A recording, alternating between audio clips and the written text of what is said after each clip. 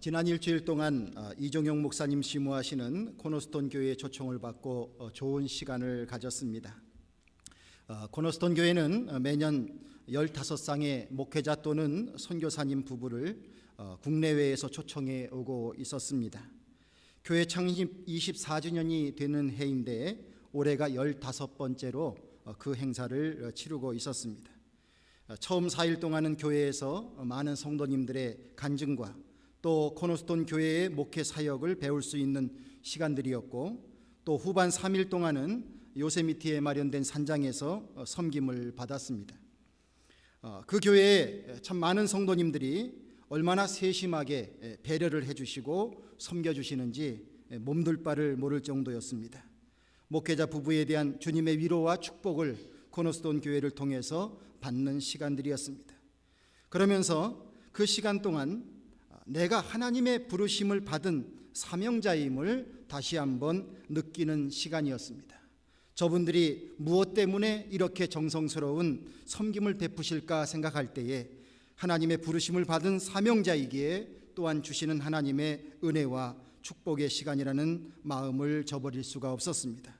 또한 하나님의 바람, 성도님들의 바람이 무엇인지를 다시 한번 되돌아보고 결단하는 시간들이었습니다. 제가 없는 동안 우리 성도님들 여러 곳에서 또한 교회의 여러 가지 역할들을 잘 맡아주시고 지켜주셔서 참 감사를 드립니다. 성도 여러분, 우리 모두는 주님께 사명을 맡은 자들입니다. 주님께서 우리를 구원해 주셨을 뿐만이 아니라 우리에게 이 땅 위에 하나님의 나라를 이루고 또한 한 영혼 구원하는 일을 위하여서 여러분들과 저를 부르셨습니다. 각종 다양한 위치에서 또한 각종 다양한 달란트를 통해서 주님께 부르심을 받은 사명자인 것을 우리는 잊지 말아야 될 줄로 믿습니다. 오늘 그러한 마음 속에서 주님 주신 말씀을 함께 나누는 시간이 되기를 바랍니다. 오늘 읽은 말씀 가운데 6절 말씀에 기록한 말씀밖에 넘어가지 말라라는 말씀의 구절이 있습니다. 이 말씀은 말씀 그대로 주님의 말씀 안에서만 생각하고 행동하라는 그러한 교훈의 말씀입니다. 우리가 주님의 일을 하게 될 때에 우리도 인간인지라 우리에게 찾아오는 아주 뚜렷한 두 가지의 유혹이 있습니다. 그 중에 하나는 열심히 주님의 일을 하고 그 헌신을 했는데 그 영광을 하나님께 돌리려고 하지 아니하고 내게로 그 영광을 돌리려고 하는 유혹이 우리에게 찾아올 수 있습니다.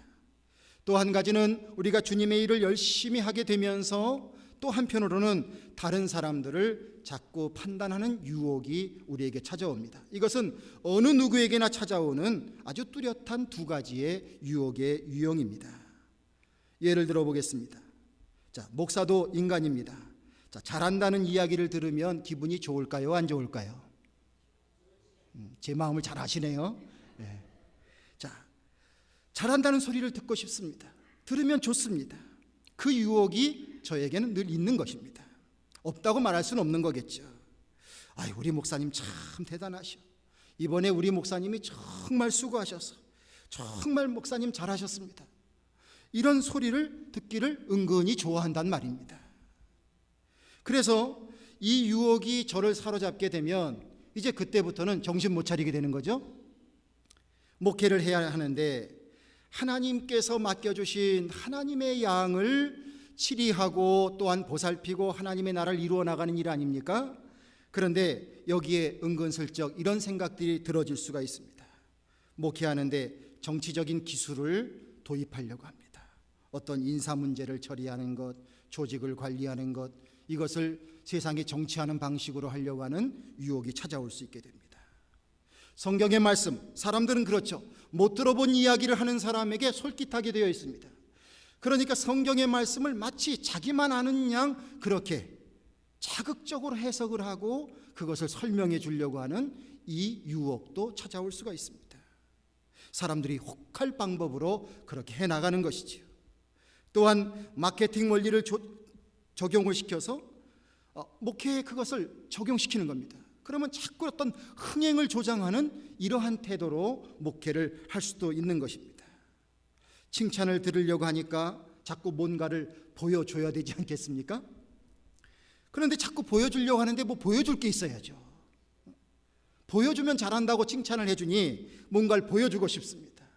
그런데 보여줄 게 없어요.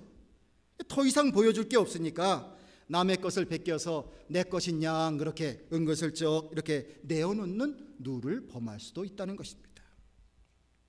이 모습이 다 무엇이겠습니까? 내 만족, 내가 잘한다, 나에게 영광을 돌리려고 하는 이 만족을 채울 수 있을지는 모르지만, 그러나 하나님의 종으로서의 본분을 벗어나게 되는 참으로 무시무시한 유혹이 아닐 수가 없습니다. 여러분들 저를 위해서 기도해 주시기를 부탁을 드립니다. 성도님들도 마찬가지입니다. 열심히 수고한 만큼, 헌신한 만큼 목사와 교인들의 인정을 받고 싶습니다. 그리고 교회에서 확고한 자기의 자리를 차지하고 싶습니다. 그렇게 하다 보면 진정한 노력과 헌신보다는 생색을 내고 싶은 마음이 들 때가 솔직히 있을 것입니다. 하나님이 보시길 기대한다는 그런 말보다는 사람이 알아봐주고 인정해주길 바라는 그 마음이 내 안에 늘 앞서기가 쉽습니다. 담임 목사가 없으면 주일 헌금이 줄어든대요. 왜 그런 현상이 일어날까요? 헌금은 하나님께 드리는 것인데 목회자가 알아주기를 원하는 그 마음이 성도님들의 마음에 있을 수 있다는 것입니다. 한국에 방문했을 때 제가 아는 분의 교회를 방문한 적이 있습니다. 며칠 있으면서 거기에서 드리는 예배, 주일 예배도 드리고 수요일 예배도 드리고 새벽 예배도 드리고 또한 금요일 예배도 드리고 함께 드린 적이 있습니다. 그런데 유독 눈에 띄는 분이 한 분 있었습니다. 이분은 헌금을 드리는데 주로 주중에 있는 새벽 예배나 아니면 수요일이나 금요일에 헌금을 드립니다. 강단 위에 헌금이 올라오게 되면 아무래도 누가 헌금을 드렸습니다라고 읽게 되어 있고 그를 위해서 특별히 기도할 수 있는 시간이 주어지게 됩니다. 그냥 이렇게 지나가기가 어렵지 않습니까? 그렇게 이제 기도를 해드리는데 아마 혼자만 기도받는 것이 좋을 수도 있는 것일 수도 있고요. 그러나 객관적으로 생각을 해보면 내가 주님 앞에 이 헌금을 드립니다. 이것을 많은 사람들이 알게 된다는 것이죠. 목사님이 주목하게 된다는 것이지요. 주일에 드리는 헌금 일일이 그것을 부르면서 기도를 하지 않지 않습니까? 그러나 그런 특별한 다른 시간에 헌금을 드리면 그러면 이름을 부르면서 기도를 해주니 그것이 너무 좋은 것일 수도 있는 것입니다. 아이 목사님 몰랐던 건데 배웠네요. 여러분 이렇게 생각은 하지 마시기 바랍니다. 물론 주중에도 드릴 수 있습니다. 내가 받은 은혜가 너무 감사해서 내가 하루라도 빨리 감사하고 싶은 마음이 있어서 드렸다면 그것이 뭐가 문제가 되겠습니까? 내가 주님 앞에 드릴 이 헌금을 붙잡고 있는데 주일까지 견디기에 유혹이 너무 찾아온다면 먼저 드리겠다 이 마음을 갖는 것이 뭐가 잘못됐겠습니까? 그러나 일부러 그런 행동을 한다면 이것은 잘못된 것이죠. 열심히 하고도 하나님께 받을 상급이 없다면 이것은 심각한 유혹이 아닐 수가 없는 것입니다. 우리에게 찾아오는 또 하나의 유혹, 하나님의 종들에게, 하나님의 사역자들에게 찾아오는 또 하나의 유혹, 우리는 열심히 하면 할수록 내게 남을 판단하려는 유혹이 찾아오기가 쉽습니다. 언젠가 우리 학생들을 데리고 저 오레곤 끝 아이다호가 시작하는 그 끝에 있는 그곳에서 목회하시는 고정열 목사님 목회하시는 현장에 우리 청소년들을 데리고 워캠프를 간 적이 있습니다. 자, 여러 팀을 나누어서 양로원을 가서 그분들을 위로해 드리는 것, 교회 청소하는 것, 또 어떤 분들의 집을 페인트해 드리는 것, 막 이런 것을 하는데요. 다 기도도 하고 정신훈련도 시키고 그러는데 그렇게 하고서 가서 투입이 돼서 하는데 학생들 중에서 마음에 불만이 있는 거예요. 왜 불만이 있냐면 이제 어느 집에 가서 페인트를 하는데 저도 그 조에 꼈습니다. 그래서 이제 페인트를 하고 있는데 그 집안에 멀쩡한 그 사람들이 안 나와 봐요. 자기 집에 페인트를 칠하고 있는데 그 안에 집에 들어 앉아 있는 거예요. 그러니까 학생들 마음속에 무슨 마음이 들어있냐면 이런 생각하는 거죠. 우리는 여기까지 와서 이렇게 더운 날에 열심히 이걸 하고 있는데 집 주인이라는 사람이 나와보지도 않느냐고. 학생들 마음에 그 불편한 마음이 있는 거예요. 우리가 주님의 일을 하면서 내가 열심히 할 때에 내게 찾아오는 그런 유혹이 있습니다. 나는 이만큼 하는데 아이, 저 사람 저거 형편없네, 이런 생각이 들어질 수가 있습니다. 목회자들도 교인들도 서로를 평가하고 판단하고 서로에게 점수를 매기게 됩니다. 내 자신의 기준으로 교인들의 신앙의 등급을 매겨버립니다. 심지어는 다른 목사님들도 판단하게 됩니다. 그러나 여러분들, 누가 신앙이 있다 신앙이 없다는요, 정말 판단하기 어려운 것입니다. 어떤 상황이 되었을 때 그가 어떤 결단을 하게 될지 그때에 가서야 그의 진정한 믿음을 우리가 비추어 볼 수 있는 것입니다. 외형적인 모습만 가지고는 뭐라고 말할 수 없는 것입니다. 그런데 우리의 마음속에 나는 잘하고 있고 상대방은 잘하지 못한다고 하는 마음이 있습니다. 여러분, 목사로서 회개하는 심령으로 이런 말씀을 드립니다. 제 마음에 솔직히 이런 마음이 있었습니다. 아무개 목사님에게는 설교 강단을 맡겨도 되고, 아무개 목사님에게는 그냥 도와주는 것은 할 수 있지만 불러서 설교시키는 것은 안 되고, 제 마음속에 다른 목사님에 대한 등급이 매겨져 있더란 말입니다. 하나님이 세우신 종인데 하나님이 그를 통하여 어떤 역사를 하실 것인지를 목도하고 인정하기 전에 제가 먼저 판단하고 재단하는, 평가하는 마음이 제 안 한 구석에도 분명히 존재하고 있다는 사실입니다. 제가 회개해야 될 일들이죠. 결국 나의 헌신의 영광을 내게 돌리고 남을 판단하는 영성을 갖게 된다면 저는 교만한 목사가 될 수밖에 없습니다. 성도님들도 그런 마음을 갖고 사신다면 교만한 교인이 될 수밖에 없습니다. 그로 인해서 나타나는 현상은 남의 소리, 하나님의 소리를 들을 수 없게 된다는 사실입니다. 신앙생활하면서 우리가 하나님의 소리를 들을 수 없다면 이것은 치명적인 것 아닙니까? 사랑하시는 성도 여러분, 마태, 마가, 누가, 요한복음은 있지만 내가복음은 없는 겁니다.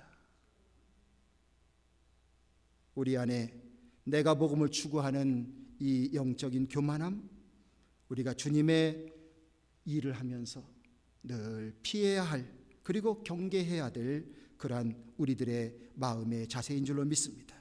그러므로 주님께서 주시는 말씀, 그 말씀을 그대로 받아들이고 그 안에 살아가는 사람이 되기 위하여 저와 여러분들이 함께 노력해 나가는 믿음의 헌신자들이 되시기를 주님의 이름으로 축원을 드립니다. 7절을 보면 내가 받았은즉 어찌하여 받지 아니한 것 같이 자랑하느냐라고 말씀하고 있습니다. 우리는 남보다 조금 더 나은 것이 있으면 그것에 대하여 자랑하고 싶습니다. 그러나 믿음을 가진 사람이라면 우리의 삶에 좋게 주어지는 것이 있으면 그것을 자랑하기보다는 감사를 해야 할 것입니다. 남성분들의 속성 가운데 자신을 이렇게 잘생겼다고 보는 그 속성들이 있대요. 그래서 남자분들은 화장실 들어가서 거울 바라다 보면서 딱 이렇게 생각하는 거죠. 야, 참 잘생겼다. 남들은 뭐라 그래도 자기 스스로는 자기 모습을 보면서 잘생겼다 이렇게 생각을 한다는 거예요. 여성분들이 가지고 있는 그 심리보다는 조금 더 다른 모습이라고 합니다. 많은 남성들이 그런 생각을 갖고 있답니다. 여러분들 혹시 남보다 잘생겼을지라도, 남보다 혹시 조금 살림이 넉넉한다고 할지라도, 남들보다 조금 더 건강하다고 할지라도, 내게 재주가 있다고 할지라도, 좀 더 똑똑하다고 할지라도, 좀 더 배울 수 있는 기회가 있었다고 할지라도 주님은 우리들에게 이것이 내가 자랑할 것은 아니다라는 것을 가르쳐주고 있습니다. 우리의 인생의 시작도 하나님이 아니셨다면 우리는 인간으로 태어날 수 없었습니다. 생명을 얻을 수가 없었습니다. 인생의 열매를 맺는 것도 하나님의 은혜와 베푸심이 아닌 것이 없는 것입니다. 우리는 내가 무언가를 하는 것처럼 생각을 하지만 그러나 하나님께서는 내가 무엇을 할 수 있도록 미리 준비하신다는 것입니다. 예비하시고 준비시키시고 그 과정 가운데 우리를 이끄시고 인도하신다는 사실을 우리는 믿고 인정해야 될 줄로 믿습니다. 이번에 LA에 며칠간 머물게 되는 시간을 가졌을 때에 저에게는 처음 미국을 온 것이기 때문에 과거의 많은 기억이 지나가는 그런 시간들이었습니다.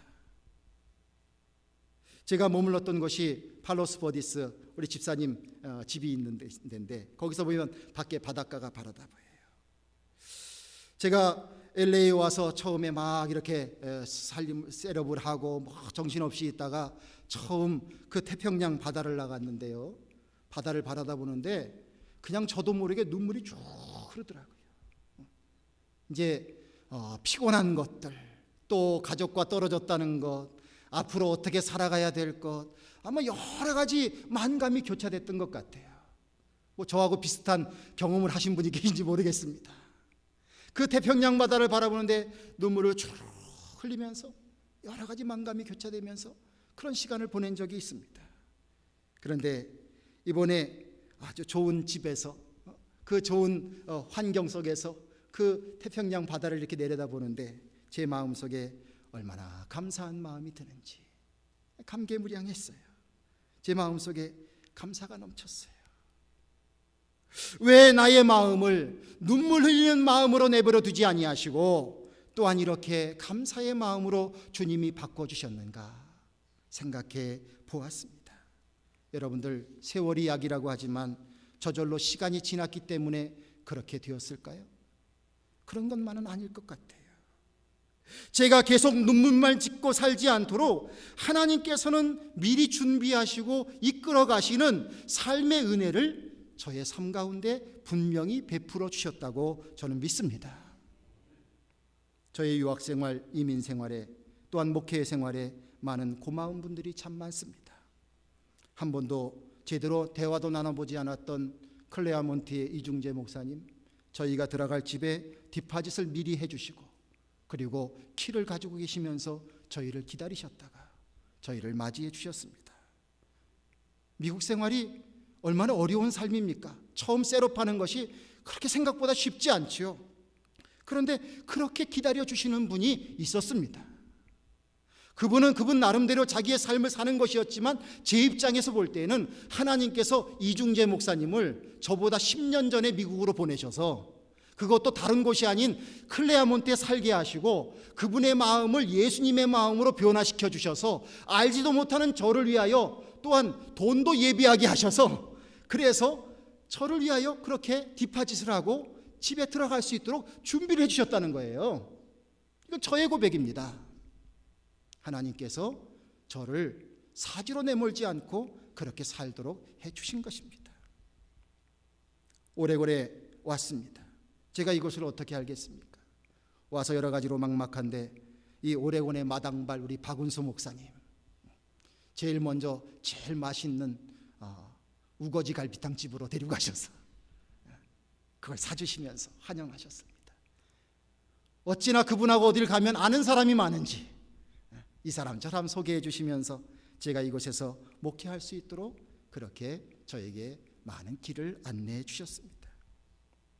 이런 분들의 귀한 준비하심과 예비하심, 하나님을 통한 예비하심을 통해서 저는 유학생활도 할 수 있었고 이민생활도 할 수 있었고 목회도 할 수 있었다는 것이죠. 우리 성도님들도 마찬가지입니다. 여러분들 모두가 저에게는 참 소중하고 감사한 분들입니다.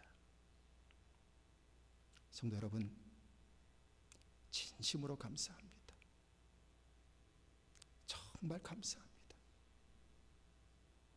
여러분들은 제가 이곳에서 잘 지내고 하나님의 뜻을 함께 이루기 위해서 그 일에 함께 협력하고 한 꿈을 꾸기 위해서 하나님께서 미리 예비하시고 그래서 보내신 하나님의 선물입니다. 이거는 입에 발린 이야기가 아니라 제 마음속에 진심으로 어린 고백입니다. 때로는 저를 힘들게 하는 분이 있을지라도 그분마저도 저에게는 참으로 고마운 하나님의 선물이 아닐 수가 없습니다. 그러기에 저를 자랑할 것이 아니라 감사해야 하는 것이 마땅한 것이지요. 사도 바울은 이렇게 고백했습니다.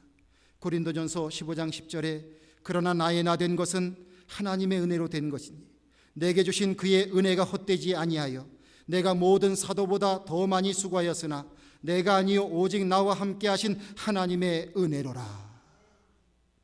바울처럼 자랑할 수 있는 순간에도 하나님의 은총을 생각하고 나보다 하나님을 높여드릴 수 있는 감사의 인생을 살 수 있다고 한다면 하나님의 풍성한 은혜를 계속 충만히 누리며 살아가는 주님의 축복된 인생이 될 줄로 저는 믿고 확신합니다.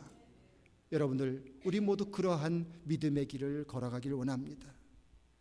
8절 말씀에 우리 없이 왕 노릇하였도다라고 말씀하고 있습니다. 안타까운 현상이 고린도 교회에 벌어졌습니다. 고린도 교인들이 하나님에 대한 신앙적인 경험과 지식을 갖게 되었습니다. 그리고 나서 보니까 그들이 서서히 그들의 마음속에 교만이 싹트기 시작했어요. 그래서 그들에게 복음을 전해준 바울과 다른 전도자들에 대하여서 존중하는 마음이 없이 판단하고 평가하는 태도가 생기기 시작했습니다. 이 모습은 마치 자기들이 스스로 왕이 되어버린 것과 같은 그런 모습이었다고 합니다. 그런데 그 결과는 무엇이었냐면 교회에 분란이 되었고 그들의 신앙의 모습은 경건의 모양은 있었지만 결국 경건의 능력이 사라지게 되는 이 안타까운 모습으로 그들의 삶이 달라지고 있었습니다. 인간들은 대부분 높은 자리에 있고 싶어하고 남의 간섭을 싫어합니다. 아이들이 집안 청소 좀 하려고 하는데 엄마가 갑자기 야 쓰레기 좀 갖다 버려 그러면 탁 마음속에 무슨 생각이 듭니까? 하기 싫다. 시키지 않으면 그냥 자기가 하려고 했는데 하라 그러면 탁 하기 쉽지 않은 그런 마음이 생겨집니다. 누구의 간섭이 싫은 것입니다. 우리에게 아쉬운 것이 없어지면 어느샌가 우리는 하나님을 찾지 아니하게 됩니다. 권력이 모아지게 되면 자신이 하나님인 것처럼 행세를 하고 싶어집니다. 신세진 사람에게 대하여 감사의 마음이 끝까지 가지 못하고 언젠가는 그 앞에서 나도 당당하게 서고 싶다는 마음이 들어지게 됩니다. 형님이 하라는 대로 다 할게요. 잘 부탁합니다. 그렇게 얘기하다가도 이제 세월만 좀 흘러라. 나도 당신이 보기에 본때나는 삶을 좀 사고 싶다. 이 마음을 갖고 사는 것이 우리들의 솔직한 마음일 것입니다. 언젠가 박은수 목사님이 다른 분에게 저에 대해서 이렇게 말씀하셨습니다. 이분은 제가 함부로 할 수 있는 분이 아닙니다. 이렇게 얘기하셨어요. 제가 그 얘기를 딱 듣는 순간 아차 했습니다. 내가 우리 박 목사님께 얼마나 신세를 많이 진 사람인데 내가 더욱더 경거망동하지 말고 내 본분을 잘 지켜야 되겠다. 그런 마음을 가졌습니다. 조심해야 되겠다. 여러분들, 왕 노릇하려고 하는 속성이 우리의 신앙생활에 우리의 교회 터전에도 나타나기 쉽습니다. 주님을 만왕의 왕으로 섬겨야 되지만 주님이 왕이 아니라 목사가 왕이 될 때가 있습니다. 안타까운 현실이지만 장로님들이 왕이 될 때가 있습니다. 어떤 때는 교인이 왕이 될 때가 있습니다. 주님이 왕이 되셔야 하는데 그렇게 될 때가 있다는 거예요. 신앙생활하면서 가끔 내 심기가 사나워지는 것은 무엇 때문입니까? 내 뜻이 관철되지 않기 때문에 찾아오는 왕의 마음 때문입니다. 내가 생각하는 것, 내 뜻이 이루어져야 되는데 그것이 이루어지지 않을 때 우리의 마음이 불편할 때가 참으로 많습니다. 성도 여러분, 그런데 우리 모두는 내 위에 나를 지도하시는 분이 계시다는 것을 인정하며 살아야, 그래야 우리들의 인생이 탈이 없습니다. 내 위에 주님이 계심을 명심하며 살아가야 하는 것입니다. 이것이 비로소 지혜로운 사람인 것입니다. 그래서 주님이 주시는 멍에를 우리는 힘들지만 기꺼이 져야 합니다. 교회 직분을 통해서 멍에를 주실 수 있습니다. 집사로, 권사로, 장로로, 전도사로, 목사로 멍에를 지어주실 수 있습니다. 이것을 우리가 겸손하게 져야 합니다. 때로는 내 삶 가운데, 정말 나의 삶 가운데 어려운 일을 감당해야만 하는 그런 십자가를 우리가 져야만 합니다. 그것을 안 지는 사람이 훌륭한 사람이 아니라, 벗어 던지는 사람이 훌륭한 사람이 아니라, 우리가 그렇게 주께서 져주시는 멍에를 질 때에 비로소 내 위에 주님이 계시고, 그리고 주님을 존중하며 살아가는 진정한 사람이 됩니다. 제가 담임 목사가 되었다고 주님의 자리를 대신 차지해서는 되겠습니까? 안 되는 것이지요. 여러분들, 제가 혹시 잘못하는 것이 있으면 기도해 주시고 또한 말씀해 주시길 바랍니다. 뒤에서 불만 이렇게 키우지 마시고요, 저에게 진심 어린 마음으로 조언해 주십시오. 제가 겸손한 마음으로 받아들이고, 그리고 그것을 고칠 애를 쓰겠습니다. 하나님은 때로는 저의 마음에도 말씀하시지만, 하나님께서 때로는 여러분들의 입술을 통해서 저에게 말씀하신다는 사실을 저는 인정하고 싶습니다. 성도님들도 마찬가지입니다. 목회자의 권면, 충고, 신앙의 선배들의 권면, 충고, 이것을 듣는 일을 회피하거나 거절해서는 안 됩니다. 우리가 마땅히 꾸중 들어야 할 일을 꾸중 듣지 않고 살아간다면 그것은 더 오히려 위험한 인생일 수밖에 없다는 것이지요. 나를 충고해 줄 분이 내게 아무도 없다고 한다면 그 인생이 얼마나 불행한 인생이겠습니까? 마치 브레이크 없는 자동차나 마찬가지의 인생일 수밖에 없을 것입니다. 내 위에 나를 지도하시는 분을 모시고 살아가는 우리가 되길 바랍니다. 우리 모두 왕 행세하지 아니하고 주님을 잘 섬기며 살았으면 좋겠어요. 내 인생의 주인은 내가 아니라 주님이심을 고백하며 사는 인생, 그 인생의 길을 우리 모두가 걷게 되기를 주님의 이름으로 축원합니다. 9절 말씀에서 바울은 이렇게 말씀하고 있습니다. 우리는 세계 곧 천사와 사람에게 구경거리가 되었노라. 우리가 지금까지 세상에 더러운 것과 만물의 찢기같이 되었도다라고 말씀하고 있습니다. 우리가 다 예수님을 믿고 목사가 됐든지 직분자가 됐든지 교인이 된 과정과 이유가 있을 것입니다. 그런데 이렇게 그리스도인으로서 또한 사명자로 살아가게 될 때에 그 삶 가운데 어려운 일이 찾아올 때가 많이 있습니다. 억울하고 힘들 때가 있다는 말이에요. 사도 바울과 같은 전도자의 삶이 어땠습니까? 배고플 때, 목마를 때, 헐벗었을 때, 매맞았을 때에, 잘 곳이 없었을 때, 험하고 굳은 일을 해야 될 때, 모함을 당했지만 오히려 모함당하는 사람을 축복해야만 하는 그런 상황, 핍박을 받아도 그것을 견뎌내야 되는 상황, 비방을 당해도 그 비방한 사람들을 오히려 권면해 줘야 되는 이런 삶, 세상 사람들이 바라다 보면요, 마치 그런 억울한 인생을 살아가는 인생이 더러운 쓰레기요 찢기 같은 인생으로 평가될 수밖에 없는 인생을 살 수도 있었다는 것입니다. 제가 중학교 때 저희 아버지 목사님은 교인의 술 취한 남편에게 멱살을 잡힌 적이 있었습니다. 제가 기억하고 있습니다. 저희 작은아버지 목사님 시골교회 목회하러 갔다가 동네 청년들에게 몰매 맞은 적도 있습니다. 저도 사랑을 부었던 교인에게 모함을 당하고 배심을 당하고 멱살을 잡힌 적도 있습니다. 그러나 성도 여러분, 저희가 당한 이런 것들이 신앙의 선배들의 당한 수모에 비하면 감히 비교도 안 되는 것입니다. 주님의 일을 하면 좋은 일만 생겼으면 좋겠는데 그냥 생명의 면류관, 내게 주시는 축복의 면류관이 그냥 뚝뚝 떨어졌으면 좋겠는데 왜 이런 수모를 주님의 일을 하면서 우리가 겪어야 합니까? 그런데 주님께서는 주님의 사명자들에게 이런 수모도 겪도록 허락하셨다고 말씀하고 있습니다. 이 현실을 생각해 보면 누가 이런 대우를 받고 싶어하고 누가 이런 사역에 자기 자식을 집어넣고 싶은 사람이 어디 있겠습니까? 만약에 우리들의 믿음 속에 하나님이 계신다는 것을 인정하지 않는다면, 천국이 있다는 것을 인정하지 않는다면 누가 이런 삶을 살고 싶겠습니까? 그러나 우리를 구원하신 예수님도 고난받는 삶을 사셨습니다. 그리고 십자가를 지셨습니다. 죽기까지 복종하셨습니다. 이 복종의 삶을 통하여서 결국은 사탄의 권세를 물리치시고 우리를 구원해 줬다는 사실을 우리는 기억해야 합니다. 예수님의 제자들도 예수님이 당한 고난의 의미가 무엇인지 깨달았기에 죽도록 충성을 다했습니다. 수많은 순교자의 피가 이 세상의 죄악을 물리치고 구원의 길을 열어주었습니다.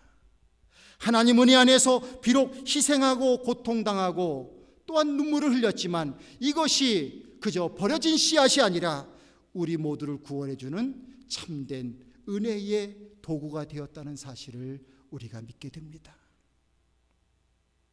목회하다 보면 제가 원치 않는 많은 어려움이 있다는 것을 경험해 왔습니다.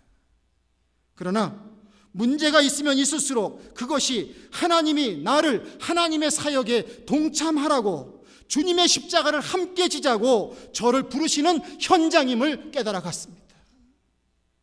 그래서 양지만을 골라서 목회하지는 않습니다. 여러분, 주님의 사명을 감당하는 자들을 하나님은 하나님의 방법으로 위로하시고 축복하시고 생명의 면류관을 주신다고 저는 믿습니다.